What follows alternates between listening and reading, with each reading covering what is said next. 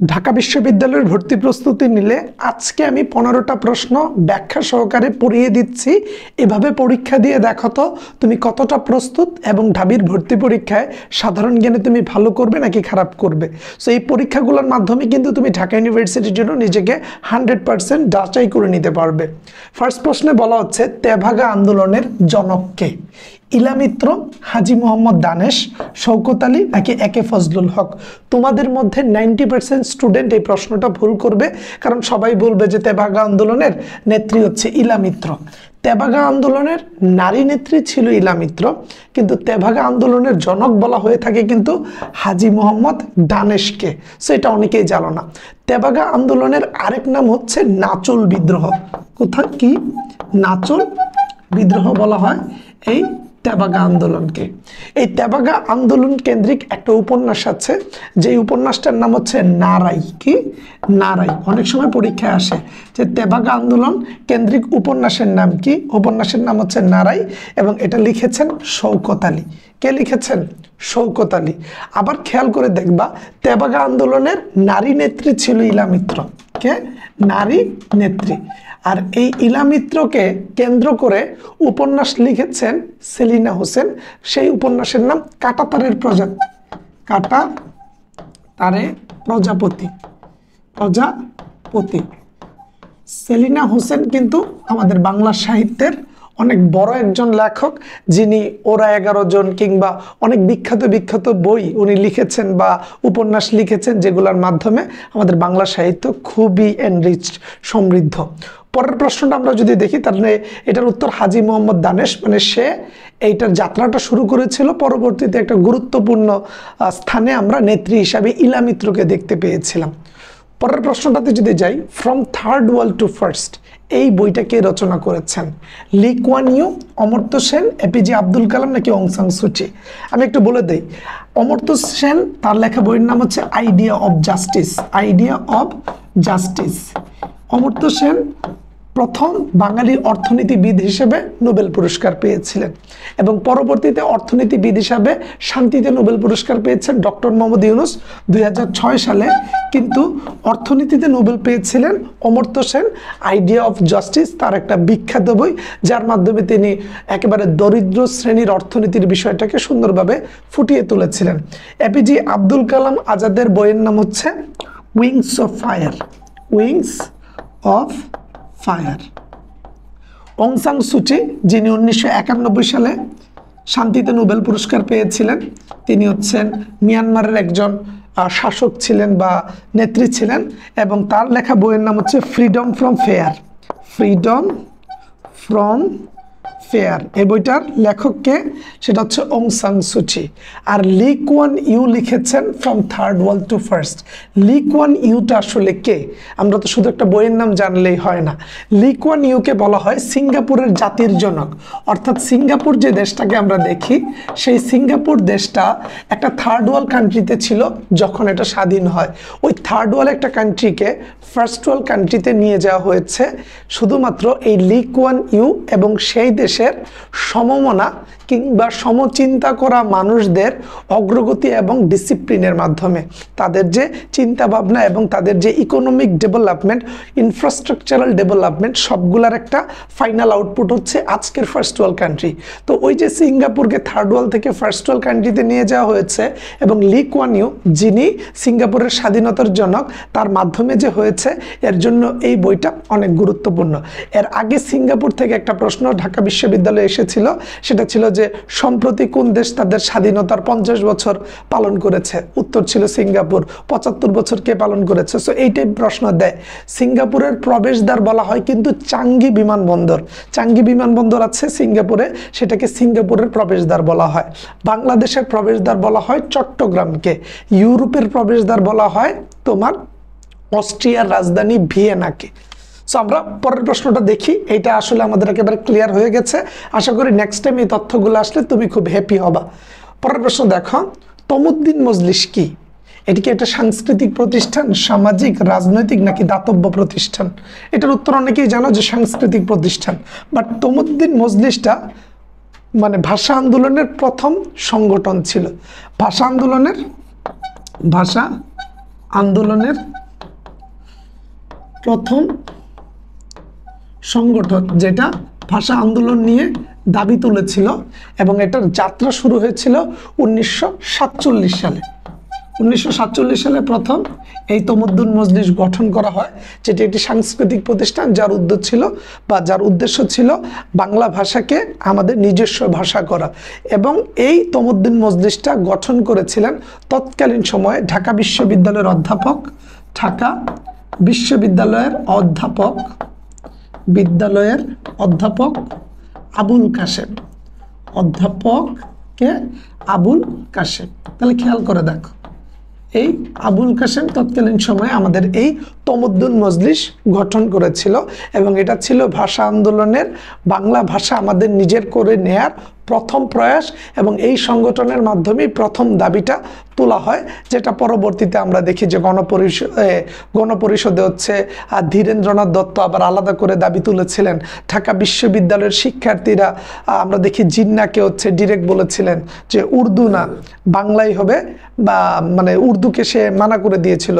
জিন্না বলেছিল যে উর্দুই হবে রাষ্ট্রভাষা, আর তখন ঢাবির শিক্ষার্থীরা উঠে বলেছিল যে মানি না, আমরা আমাদের বাংলা ভাষাকে নিজস্ব ভাষা হিসাবে পেতে চাই, যেটা নিয়ে পরবর্তীতে ঢাকা বিশ্ববিদ্যালয়ে আমরা 52 ভাষা আন্দোলনের সেই প্রেক্ষাপটটা দেখতে পাই। সো পরের প্রতিষ্ঠানটা বা পরের প্রশ্নটা যদি দেখি, স্টেট ডুমা যে দেশের আইনসভা। দেখো, জাপানের আইনসভার নাম হচ্ছে ডায়েট, ইসরায়েলের আইনসভার নাম হচ্ছে নেসেট, আর ইরানের আইনসভার নাম হচ্ছে মজলিস, ডেনমার্কের আইনসভার নাম হচ্ছে ফুকেটিং, নরওয়ের আইনসভার নাম হচ্ছে স্টর্টিং, এগুলো অনেক সময় পরীক্ষায় আসে। রাশিয়ার আইনসভার নাম হচ্ছে স্টেট ডুমা। সো এই টাইপের কিন্তু কোন দেশের পার্লামেন্টের নাম কি, এটা অনেক ক্ষেত্রে আমাদের পরীক্ষায় আসে। সো এটা সম্পর্কে একটু খোঁজ খবর রাখবা। আমি জাপান, ডেনমার্ক, নরওয়ে, রাশিয়ার তথ্যগুলো একটু দিয়ে দিলাম। পরের প্রশ্নটা দেখো, অর্থশাস্ত্রের রচয়িতাকে। অর্থশাস্ত্রের রচয়িতা হচ্ছে কৌটিল্য। আচ্ছা, তুমি কি জানো এই কৌটিল্য নামটা কার ছদ্মনাম? এই কৌটিল্য যে ব্যক্তিটি, তার মেইন নাম কিন্তু কৌটিল্য না, তার মেইন নাম ছিল হচ্ছে চাণক্য। ওই চাণক্য তার সাহিত্যিক ছদ্মনামে লিখত কৌটিল্য। আমরা চাণক্য নীতি যে জানি, সেই চাণক্যই হচ্ছে আসল ক্ষেত্রে কৌটিল্য, এবং সেই হচ্ছে তোমার এই তথ্যটা বা এই অর্থশাস্ত্র বইটা লিখেছিল। তারপর আমরা দেখতে পাই বাণভট্ট, সে হর্ষচরিত বই লিখেছিলেন। তারপর আছে মেগাস্থিনিস ছিলেন চন্দ্রগুপ্ত মৌর্যের রাজদরবারে আসা একজন গ্রিক দূত। চন্দ্রগুপ্ত মৌর্যের রাজ্যসভায় আসা গ্রিক দূত, তিনি ছিলেন মেগাস্থিনিস। এগুলো আমাদের প্রাচীন বাংলার ইতিহাস আর কি। আর আনন্দ ভট্ট একজন রাইটার ছিল, তার অনেকগুলো বই ছিল। তিনি নেপালে মৃত্যুবরণ করেছেন, 84 বছর বেঁচে ছিলেন, এবং তিনি সমসাময়িক, তিনি এত আগের না। যেহেতু বইয়ের রচয়িতার নাম জানতে বলেছে, তাই আমরা কৌটিল্য বা চাণক্য সম্পর্কে জানলাম। চাণক্যর অনেক নীতি আছে, এবং সে সমুদ্রগুপ্তকে তোমার ভালো করার জন্য কাজ করেছিল, চন্দ্রগুপ্তের জন্য কাজ করেছিল। সো তার তৎকালীন সময়ে কিন্তু অনেক ভালো দক্ষতা ছিল যে একটা রাজ্য কিভাবে পরিচালনা করতে হয়, এবং অর্থশাস্ত্র বই পড়লে অনেক তথ্য জানা যায়। পরের প্রশ্নটা যদি দেখো, বাংলাদেশের বৃহত্তম দ্বীপ কোনটা? এগুলো ঢাবিতে আসে। সন্দ্বীপ, এটা চট্টগ্রামে অবস্থিত। ভোলা হচ্ছে বাংলাদেশের সবচেয়ে বড় দ্বীপ। সেন্ট মার্টিনের স্থানীয় নাম নারিকেল জিনজিরা। সেন্ট মার্টিনের আয়তন 8 বর্গ কিলোমিটার। বাংলাদেশের একেবারে সর্বদক্ষিণের জায়গা বলা হয় সেন্ট মার্টিনের ছেড়াদ্বীপকে, যেটার আয়তন মাত্র 3 বর্গ কিলোমিটার। ঠিক আছে, তথ্যগুলো একটু জেনে রেখে দিবা। মনপুরা দ্বীপ, এই মনপুরা দ্বীপে একসময় পর্তুগিজরা বসবাস করত। পর্তুগিজরা একসময় বাংলাদেশের মনপুরা দ্বীপে তাদের থাকার প্রমাণ পাওয়া যায়। সো দেখো, এইভাবে তুমি যখন একটা তথ্য পড়বা, সেই তথ্যের সাথে সম্পৃক্ত আরো অনেক ইনফরমেশন জেনে নিবা। যেমন এখানে বলা হচ্ছে বান্দা আচেহ কোথায় অবস্থিত, এটার উত্তর হচ্ছে ইন্দোনেশিয়া। ইন্দোনেশিয়া আবার পৃথিবীর সবচেয়ে বড় মুসলিম কান্ট্রি জনসংখ্যায়। দেখো, জনসংখ্যায় পৃথিবীর সবচেয়ে বড় মুসলিম কান্ট্রি কোনটা, সেটা হচ্ছে ইন্দোনেশিয়া। কিন্তু আয়তনে সবচেয়ে বড় মুসলিম কান্ট্রি কোনটা জানো? আয়তনের মুসলিম কান্ট্রি হচ্ছে কাজাকিস্তান। কাজাকিস্তান হচ্ছে আয়তনের সবচেয়ে বড় মুসলিম দেশ। সো এই ইন্দোনেশিয়ার মধ্যে আমরা দেখতে পাই বাংলাদেশের পরম বন্ধু মাহাথির মোহাম্মদ, তাকে হচ্ছে থাকতে। মাহাথির মোহাম্মদ কিন্তু, আচ্ছা, মাহাথির মোহাম্মদ হচ্ছে মালয়েশিয়ার ছিল। ইন্দোনেশিয়ার মধ্যে আমরা ম্যাকবতী সুকর্ণপর্তি বা সুবর্ণপর্তি এরকম একজনকে দেখেছিলাম ইন্দোনেশিয়ার ক্ষেত্রে। ইন্দোনেশিয়ার বালি শহরটা খুব বিখ্যাত। আর মালয়েশিয়ার হবে হচ্ছে আমাদের যে হচ্ছে তোমার মাহাথির মোহাম্মদ, তার বয়স প্রায় 100 হয়েছে। রিসেন্টলি আমি তার মারা যাওয়ার একটা গুঞ্জন শুনেছিলাম, তাই সেটার কথা মনে হলো। থাইল্যান্ডকে সাদা হাতির দেশ বলা হয়, শ্যাম দেশও বলা হয় থাইল্যান্ডকে, এবং এইটা মুক্ত ভূমিও বলা হয়ে থাকে। অর্থাৎ কখনো উপনিবেশ ছিল না হচ্ছে থাইল্যান্ডে। থাইল্যান্ড জন্মলগ্নভাবেই স্বাধীন, এদের উপর কারো কোনো হস্তক্ষেপ ছিল না। সো উপনিবেশ শাসন কিংবা কখনো স্বাধীনতা লাভ করতে হয়নি থাইল্যান্ডকে, কারণ তারা সৃষ্টি লগ্ন থেকেই মুক্ত ভূমি, শ্যাম দেশ বা সাদা হাতির দেশ হিসেবে পরিচিত। ফিলিপাইন, দেখো, ফিলিপাইনের রাজধানীর নাম ম্যানিলা, মুদ্রার নাম হচ্ছে পেসো। Philippines, Manila, peso. আর কম্বোডিয়ার রাজধানী হচ্ছে নমপেন। এটা হচ্ছে খেমার প্রজাতন্ত্র থেকে আসছে। তোমার কম্পুচিয়া নামে এর আদি স্থানের কানেকশন ছিল। পরের প্রশ্ন দেখো, আমাদের এখানে ঢাবি এক্সাম পেজের কথা বলা হচ্ছে। আমরা তোমাদের জন্য ঢাকা বিশ্ববিদ্যালয়ের মতো করে 50টা পরীক্ষা নিতে চাচ্ছি, যেখানে তোমাদের বি ইউনিটের বাংলার প্রশ্ন থাকবে 15টি, ইংরেজির প্রশ্ন থাকবে 15টি, সাধারণ জ্ঞানের থাকবে 30টি। অর্থাৎ মোট 60টা প্রশ্ন থাকবে। ঢাকা বিশ্ববিদ্যালয়ের ভর্তি পরীক্ষার দিন পরীক্ষা দিলে যেভাবে 60টা প্রশ্ন হবে, আমরা একেবারে সেম ঢাবির মতো করে 60টা প্রশ্ন বানাবো। তোমরা যখন আমাদের এখানে পরীক্ষা দিবে, তোমার মনে হবে তুমি আমার কাছে না, ঢাকা বিশ্ববিদ্যালয়ে 50 বার পরীক্ষা দিচ্ছ, এবং 60টা প্রশ্ন থাকবে ঢাবির অনুরূপ প্রশ্ন। টোটাল পরীক্ষা নিব আমরা 50 বার। তার মানে তুমি টোটাল 50 বার পরীক্ষা দিলে আমাদের কাছ থেকে 3000 এমসিকিউর পরীক্ষা দিতে পারবা, যেখানে নেগেটিভ মার্কিং দেখা যাবে, মেরিট পজিশন দেখা যাবে, এবং দেখা যাবে তুমি কত মিনিটের মধ্যে পরীক্ষা দিচ্ছ। আর আমাদের প্রশ্নগুলোতে প্রতিটা প্রশ্নের ব্যাখ্যা দেয়া থাকবে। আমি যদি একটা নমুনা প্রশ্ন তোমাকে দেখাই, তাহলে তুমি এখান থেকে আইডিয়া পাবা। এই যে আমাদের প্রশ্নগুলো হবে এরকম, যে মৃত্যুঞ্জয়কে দংশন করেছিল কোন সাপ? খরিশ গুখরো। তো এই ক্ষেত্রে দেখো দেয়া আছে যে বিলাসীর গল্পে মৃত্যুঞ্জয় যখন এক গোয়ালার বাড়িতে সাপ ধরতে গিয়েছিল, তখন খরিশ গুখরো সাপ ধরলো ও সেটা বিলাসীর হাতে দিল, সেই সাপই মূলত দংশন করেছিল। তো একটা প্রশ্ন দেওয়ার পর আমরা নিচে সেই প্রশ্নটার ব্যাখ্যাগুলা দিয়ে দিই। ঠিক একইভাবে সাধারণ জ্ঞানের ক্ষেত্রেও তুমি যখন একটা সাধারণ জ্ঞান পড়বা, সেই রিলেটেড বাকি তথ্যগুলা আমরা তোমাকে খুব ভালোভাবে গুছিয়ে দিয়ে দিব, যাতে করে তোমার পড়তে সুবিধা হয়। যেমন ধরো এখানে দেয়া আছে বাংলাদেশে বীর বিক্রম খেতাবপ্রাপ্ত ব্যক্তির বর্তমান সংখ্যা কয়টি? 175। তারপরে দেখো বাকি তথ্যগুলো তোমাকে দিয়ে দেওয়া হবে। সর্বমোট খেতাবপ্রাপ্ত 672 জন, যা পূর্বে ছিল 676 জন। মুক্তিযুদ্ধে বীর বিক্রম খেতাবপ্রাপ্ত হচ্ছে 175 জন। সো তুমি এইভাবে তথ্যগুলো পড়ে নিতে পারবা। মুক্তিযুদ্ধের সময় 4 নং সেক্টরের সেক্টর কমান্ডার কে ছিল? চিত্তরঞ্জন দাস। এই দেখো 8 নং সেক্টরের দায়িত্বপ্রাপ্ত কমান্ডার ছিলেন সিআর দত্ত, রঞ্জন দত্ত ও ক্যাপ্টেন রব। সিলেটের পূর্বাঞ্চল শায়েস্তাগঞ্জ রেললাইন থেকে পূর্ব উত্তর দিকে সিলেটের ডাউকি সড়ক 8 নং সেক্টরের অধীনে ছিল। তার মানে দেখো ওই সেক্টরের অধীনে কোন কোন জায়গা ছিল সেটাও দেয়া আছে। সো যখন তুমি ইংরেজি প্রশ্ন পড়বা, সেম ইংরেজি প্রশ্নের মধ্যে ব্যাখ্যাটা পেয়ে যাবে। এই যে দেখো এনে বলা হচ্ছে যে ফিলান্থ্রপিস্ট মানে কি? Who loves mankind. ফিলান্থ্রপিস্ট মানে মানবপ্রেমী। মিসিজনিস্ট মানে নারী বিদ্বেষী। আইকোনোক্লাস্ট মানে হচ্ছে প্রতিমা ভঙ্গকারী। আর তোমার সোমনাবুলিস্ট মানে হচ্ছে স্বপ্নচারী।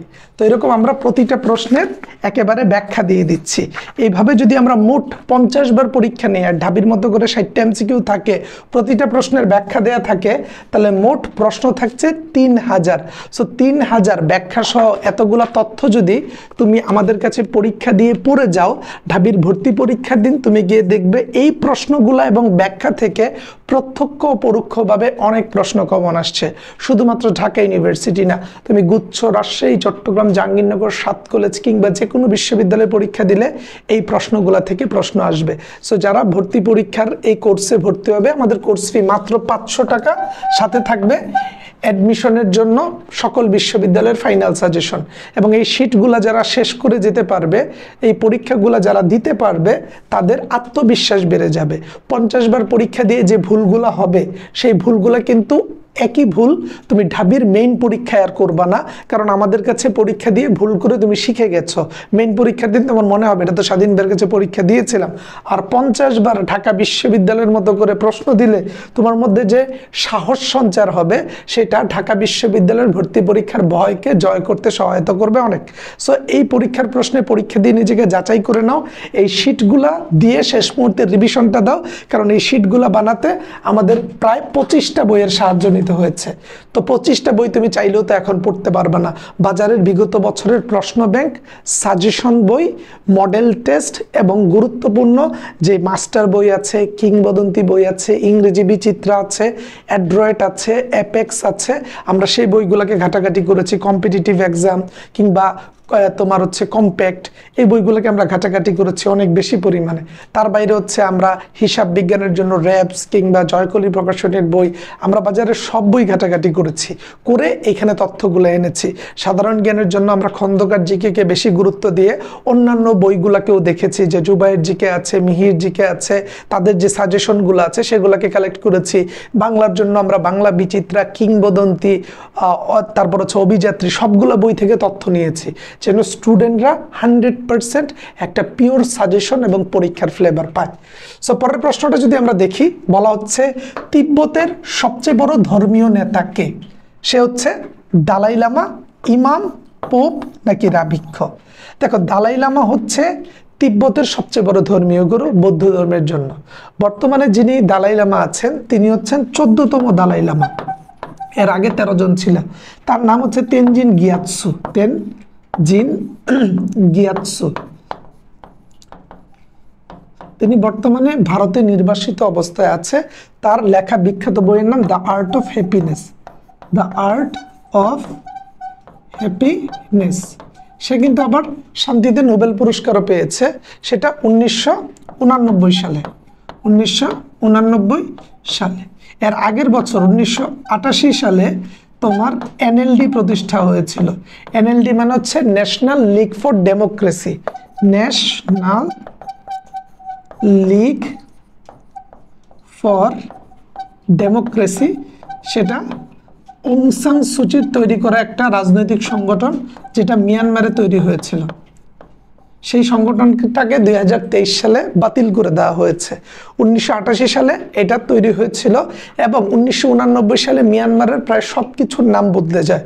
তুমি জানো যে মিয়ানমারের আগে আমরা রাজধানীর নাম দেখেছিলাম রেঙ্গুন বা ইয়াঙ্গুন, ওইটা পরিবর্তন করে তারা হচ্ছে মিয়ানমার, তারপর হচ্ছে তাদের যে রাজধানীর নাম পরিবর্তন করেছে। সো এখানে তারা অনেক ধরনের চেঞ্জেস এনেছে এবং মিয়ানমারের রাজধানী সেটা হচ্ছে ইরাবতী নদীর পাশে অবস্থিত এবং বাংলাদেশ এবং মিয়ানমারকে যুক্ত করেছে নাফ নদী, যেটা আমাদের কক্সবাজার চট্টগ্রামের কাছে অবস্থিত। সো এই তথ্যগুলোকে একটু ডিটেইলে জেনে রাখবা, ঠিক আছে? তারপরে দেখো, আমরা যদি দেখি পোপ হচ্ছে খ্রিস্ট ধর্মের সবচেয়ে বড় যে ধর্মীয় নেতা। বর্তমানে যিনি পোপ আছেন তার নাম হচ্ছে পোপ ফ্রান্সিস। সেই পোপ ফ্রান্সিস বাংলাদেশেও এসেছিলেন, নটরডেম কলেজের সামনে এসে ঘোরাঘুরি করে গিয়েছিলেন, তিনি শান্তির বার্তা দেন। সেই পোপ ফ্রান্সিসের জন্ম কিন্তু হচ্ছে আর্জেন্টিনায়। তিনি আর্জেন্টিনায় জন্মগ্রহণ করেছেন এবং তিনি যেই দেশে থাকেন সেই দেশের নাম হচ্ছে ভ্যাটিকান সিটি। ভ্যাটিকান সিটি, এই ভ্যাটিকান সিটি শহরটা ইতালির রোম শহরের কাছে অবস্থিত। ইতালির রোম শহর। ভ্যাটিকান সিটি একটা দেশ, পৃথিবীর সবচেয়ে ছোট দেশ, যেখানে খ্রিস্ট ধর্মের যারা ধর্মীয় গুরু বা যারা হচ্ছে খ্রিস্ট ধর্মের চর্চা করে তারা মূলত ওই শহরটাতে থাকে। ওইটাই একটা ছোট দেশ, যেই দেশটা ইতালির মধ্যে অবস্থিত। এগুলোকে বলা হয় ছিদ্রায়িত রাষ্ট্র। অর্থাৎ এই হচ্ছে ধরো ইতালি দেশটা, এই ইতালি দেশের মধ্যে হচ্ছে ভ্যাটিকান সিটি অবস্থিত। সো দেশের মধ্যে দেশ যখন অবস্থান করে সেটাকে ছিদ্রায়িত রাষ্ট্র বলা হয়ে থাকে। যেমন আমরা সচরাচর জানি দেশের মধ্যে গ্রাম থাকে, শহর থাকে, কিন্তু পৃথিবীতে দুইটা দেশের মধ্যে আবার আলাদা দেশ আছে যেগুলোকে ছিদ্রায়িত দেশ বলা হয়। একটা হচ্ছে তোমার ইতালি, আরেকটা হচ্ছে দক্ষিণ আফ্রিকা। পরের প্রশ্নটা যদি দেখি আমরা, দ্য সোশ্যাল কন্ট্রাক্ট বইয়ের লেখক কে? দ্য সোশ্যাল কন্ট্রাক্ট বইয়ের লেখক হচ্ছে রুশো। এরা হচ্ছে ফরাসি বিপ্লবের তোমার দার্শনিক। ফরাসি বিপ্লবে আমরা দেখেছি যে তোমার 1889 থেকে, দেখো 1889 থেকে 1899 সাল পর্যন্ত ফ্রান্সে আমরা একটা বিপ্লব হতে দেখি যেটাকে ফরাসি বিপ্লব বলা হয়, যেটা শুরু হয়েছিল বাস্তিল দুর্গ আক্রমণ করার মাধ্যমে। বাস্তিল দুর্গ আক্রমণ করার মাধ্যমে ফ্রান্সে সেই বিপ্লবটা শুরু হয়েছিল। সেই ফরাসি বিপ্লবের শিশু বলা হয় নেপোলিয়নকে। নেপোলিয়ন বোনাপার্টকে বলা হয় ফরাসি বিপ্লবের শিশু। নেপোলিয়ন বোনাপার্ট কিন্তু অনেক বড় নেতা ছিলেন এবং তিনি ডিউক অফ ওয়েলিংটনের সাথে যুদ্ধ করে হেরে গিয়েছিলেন। ডিউক অফ ওয়েলিংটনের সাথে যুদ্ধ করে হেরেছিলেন। ডিউক অফ ওয়েলিংটন ছিলেন ইংল্যান্ডের, নেপোলিয়ন ছিল হচ্ছে ইতালির। সো তিনি যুদ্ধ করে হেরে গিয়েছিলেন এবং এই নেপোলিয়ন ইতালি এবং ফ্রান্সের সংমিশ্রণেই ছিল, কাছাকাছি যেহেতু। এবং নেপোলিয়ন এবং ডিউক অফ ওয়েলিংটনের যে যুদ্ধ হয় সেটাকে ওয়াটারলু যুদ্ধ বলা হয়। যেই ওয়াটারলু যুদ্ধটা সাধারণত হয়েছিল বেলজিয়ামের ওয়াটারলু নামের জায়গায় 1815 সালে।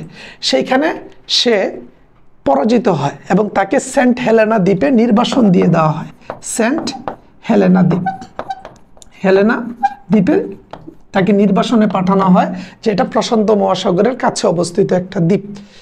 মন্টেস্কো তার বিখ্যাত বই হচ্ছে দ্য স্পাইরিট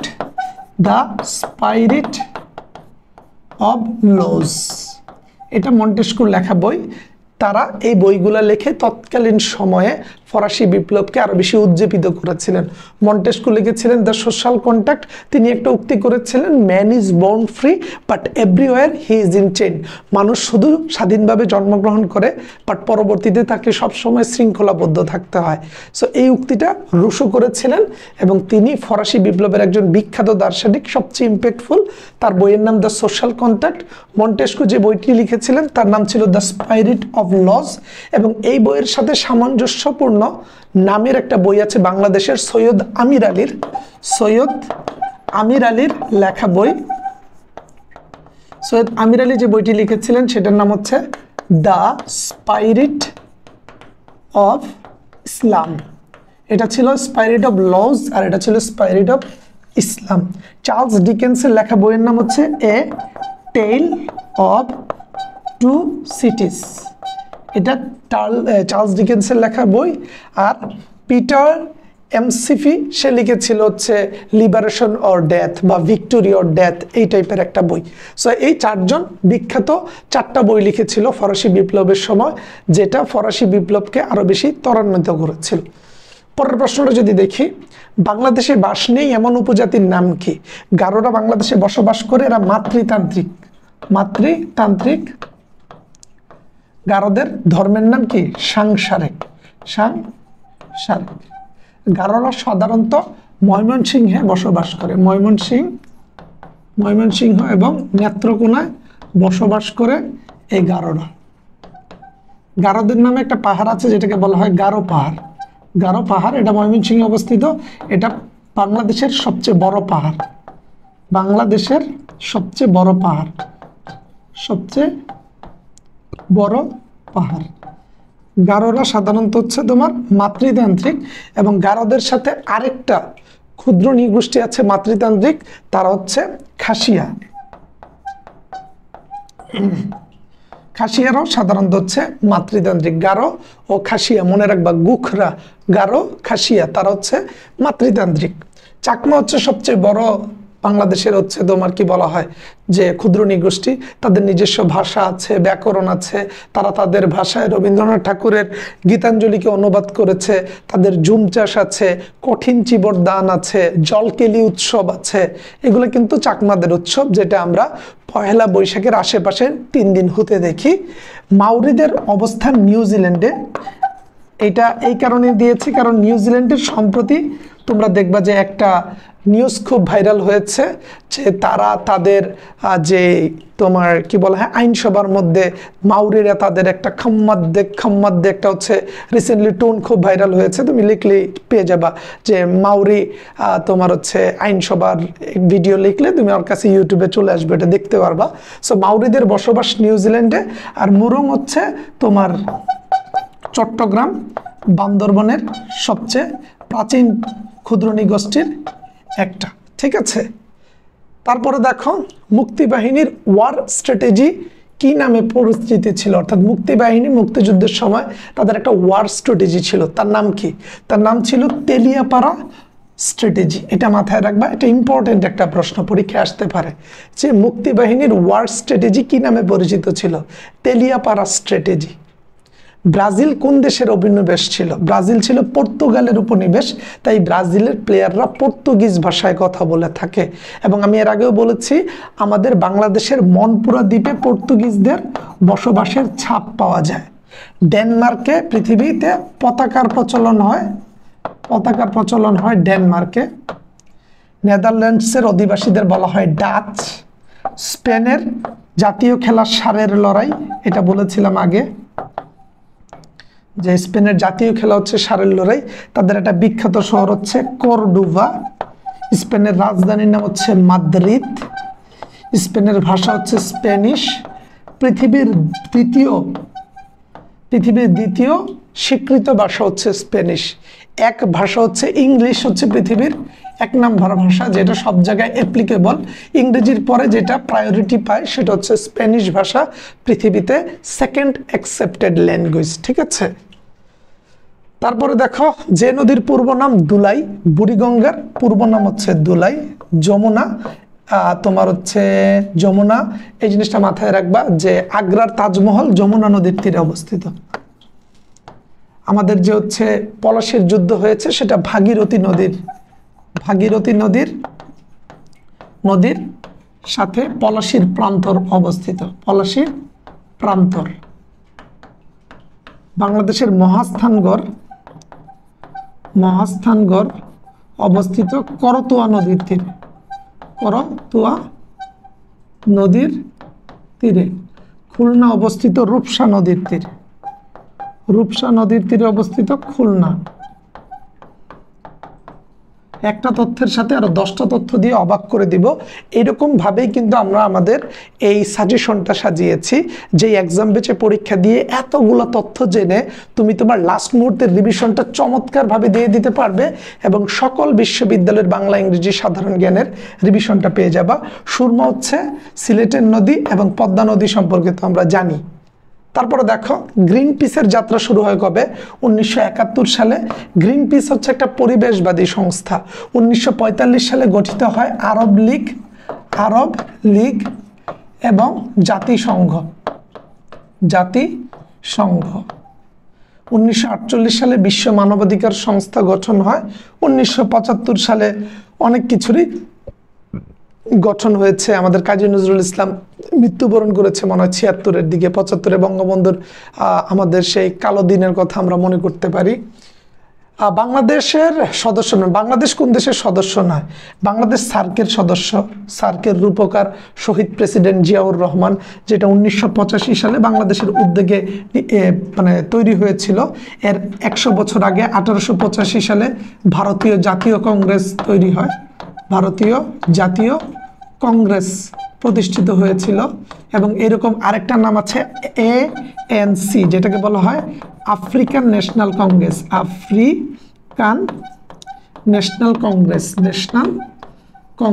এই আফ্রিকান ন্যাশনাল কংগ্রেস তৈরি হয় 1912 সালে। এই 1912 সালে আবার টাইটানিক ডুবে গিয়েছিল। 1912 সালের 15ই এপ্রিলের দিকে। বিমস্টেক এর সদর দপ্তর অবস্থিত ঢাকায়। বিমস্টেকের সদর দপ্তর অবস্থিত ঢাকায়। আর নেটো হচ্ছে নর্থ আটলান্টিক ট্রিটি অর্গানাইজেশন, যার সদর দপ্তর হচ্ছে বেলজিয়ামের রাজধানী ব্রাসেলসে, যেটা তৈরি হয়েছিল 1949 সালে দ্বিতীয় বিশ্বযুদ্ধের প্রেক্ষাপট বিবেচনায়। সেই 1949 সালে এইটা নর্থ আটলান্টিক ট্রিটি অর্গানাইজেশন, অর্থাৎ দ্বিতীয় বিশ্বযুদ্ধে ওই অঞ্চলগুলো নিয়ে আমেরিকা এটা তৈরি করেছিল। এটার সদস্য বাংলাদেশ না। 1949 সালে নেটো তৈরি হলেও বাংলাদেশে 1949 সালে মাওলানা ভাসানীর নেতৃত্বে তৈরি হয়েছিল আওয়ামী মুসলিম লীগ, যেখান থেকে মুসলিম শব্দটা বাদ দিয়ে 1955 সালে প্রতিষ্ঠিত হয়েছিল আওয়ামী লীগ। এবং এই আওয়ামী লীগ 1955 সালে যে প্রতিষ্ঠিত হয়েছিল, সেই একই বছরে ভাষা আন্দোলনের প্রেক্ষাপট বিবেচনা করে বাংলাদেশে তৈরি হয়েছে বাংলা একাডেমি, যেটা ঢাকা বিশ্ববিদ্যালয়ের টিএসসির একটু পিছনে অবস্থিত। বাংলা একাডেমি 1955 সালে প্রতিষ্ঠিত হয়েছিল। সো আশা করি এইভাবে ব্যাখ্যা সহকারে প্রশ্ন পড়লে যে কেউ তার পাবলিক বিশ্ববিদ্যালয়ের ভর্তি পরীক্ষা অনেক ভালো, দারুণ ও চমৎকার করবে। আমাদের ভিডিওটি যদি ভালো লাগে তাহলে অবশ্যই তুমি শেয়ার করে দিবা, কমেন্টে তোমার বন্ধুবান্ধবকে মেনশন করে দেখো যে দেখ সাধারণ জ্ঞান কিভাবে পড়তে হয়, ভাইয়া কিভাবে পড়ায়। ইউটিউবে থাকলে তুমি সাবস্ক্রাইব করে রাখো, তাহলে পরের ভিডিওগুলো আগে আগে দেখতে পারবা। এবং তোমার বন্ধুবান্ধবকে আমাদের ইউটিউব চ্যানেল সম্পর্কে জানিয়ে রাখবা। আমাদের ব্যাচে ভর্তি হতে আমাদের পেজে ইনবক্স করতে পারো, আমাদের কমেন্টে ফোন নাম্বার দেয়া থাকে, তুমি ফোন নাম্বারে কল দিতে পারো যে ভাই আমি ব্যাচে ভর্তি হতে চাচ্ছি। আমরা বিস্তারিত কথা বলবো, বিস্তারিত বলে দিব, তোমাদেরকে আমাদের ব্যাচে অ্যাড করে দিব। এবং আমরা চাচ্ছি এই শিটগুলা পড়ো, তুমি পরীক্ষা দাও, মেরিট পজিশন দেখো, নেগেটিভ মার্কিংগুলোকে একটু গুরুত্ব দাও, এবং কত মিনিটের মধ্যে তুমি পরীক্ষা দিতে পারছো সেটাকে একটু জাস্টিফাই করে নাও। আশা রাখি ঢাবির ভর্তি পরীক্ষা ভালো হবে, আমার মতো তুমিও একজন ঢাবিয়ান হবে এবং তোমার সাথে ঢাকা বিশ্ববিদ্যালয়ে দেখা হবে। আসসালামু আলাইকুম।